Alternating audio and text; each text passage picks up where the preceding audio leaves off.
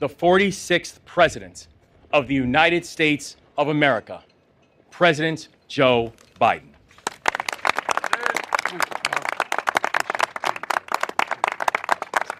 Thank you, thank you, thank you. Please, please, thank you.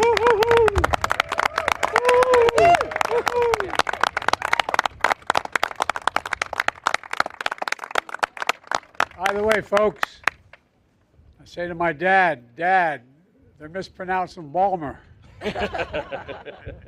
My dad and the Biden, please sit down.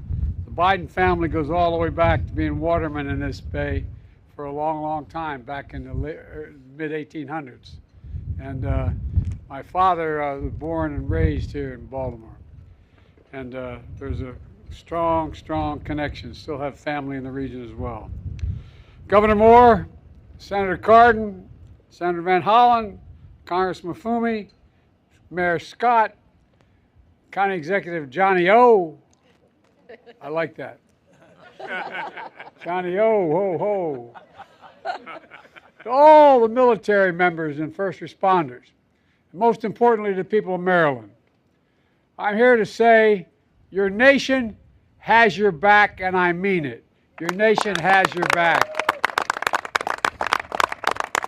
And you've got, without exaggeration, one of the finest delegations in the Congress of any state in the Union. Amen. And they know how to get things done, and we're going to get this paid for, aren't we? Yes. Yes. All right. I was just briefed by the Unified Command about the ongoing impact of this tragic collapse of the Francis Scott Key Bridge last Tuesday. The damage is devastating, and our hearts are still breaking. Eight construction workers went into the water when the bridge fell. 6 lost their lives. Most were immigrants, but all were Marylanders. Hard-working, strong, and selfless. After pulling a night shift fixing potholes, they were on a break when the ship struck. Just seconds before, one of the men, named Carlos, who was only 24, left a message for his girlfriend. Here's what it said. "We just poured cement. We're waiting for it to dry," he said. Well, to all the families and loved ones who are grieving, I've come here to grieve with you. We all are. It's not the same, but I know a little bit about what it's like to lose a piece of your soul, to get that phone call in the middle of the night to say family members are gone. I've been there. It's feeling like having a black hole in your chest, like you're being sucked in, unable to breathe. The anger, the pain, the depth of the loss is so profound. And we know it's hard to believe, and you're probably not going to believe me, but I can tell you now from personal experience, the day is going to come when the memory of your loved one as you walk by that park or the church or something that you shared together is going to bring a smile to your lips before it brings a tear to your eye. It's going to happen. It's going to take a while, but I promise you it will happen. And that's when you know you're going to be able to make it. I promise you it will come. Our prayers for you is that time comes sooner rather than later, but it will come. We'll also never forget the contributions these men made to this city. We're going to keep working hard to recover each of them. And you know, my vow is that we will not rest, as Carlos said, until the cement has dried on the entirety of a new bridge. A new bridge.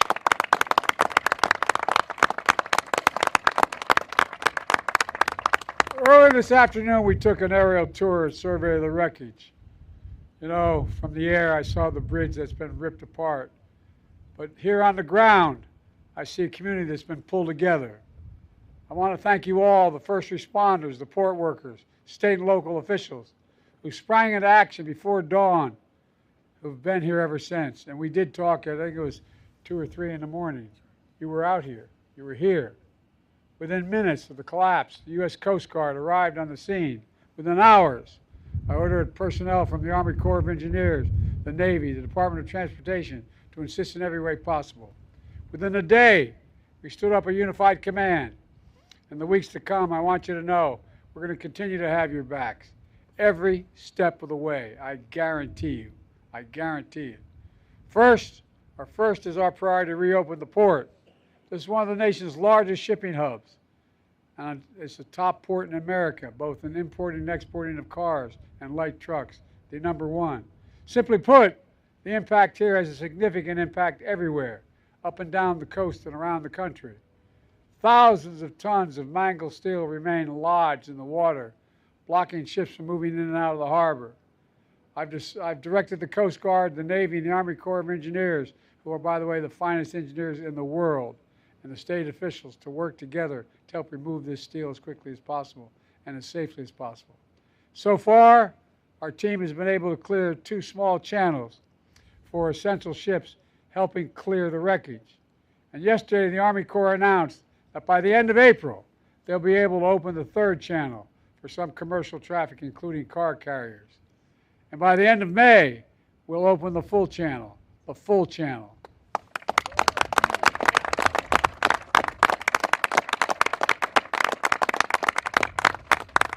My task force on supply chain disruption has been engaging with union, rail, trucking, shipping, state and local leaders to minimize the impact on our supply chains. And I'm proud to announce that the federal government will provide over $8 million in grant funds to make the infrastructure improvements at Sparrows Point as the only port unaffected by this collapse, which will allow Sparrows Point to take on more ships. And that's happening now, will happen shortly. Second, we're focused on protecting the workers and businesses. Folks, 20,000 jobs depend on this port. 20,000 families depend on this port to buy groceries, to make rent, to pay their bills. Today, my administration is announcing the first tranche of dislocated worker grants, fancy phrase, which is dimes. All it is there to make sure it helps create jobs for workers involved in the cleanup of this incident, additional jobs. My Small Business Administration has also issued a disaster declaration, which will allow the SBA to offer low-interest loans for small businesses impacted by the collapse in order to keep things moving. The state, the city, the county are also stepping up in impressive ways to help workers and businesses who have been affected by this disaster. But folks, we all need to step up. Amazon, Home Depot, Domino Sugar, and many other companies all rely on this port. And they have committed to keep workers and payrolls on their businesses in Baltimore and move as quickly and clearly as possible to change the channel. I'm calling on every company at and around the port to do the same thing, the same exact thing, commit to stay. And the customers who use this port, we're coming back. We're coming back soon. Folks, finally, we're going to move heaven and earth to rebuild this bridge as rapidly as humanly possible. And we're going to do so with union labor and American steel.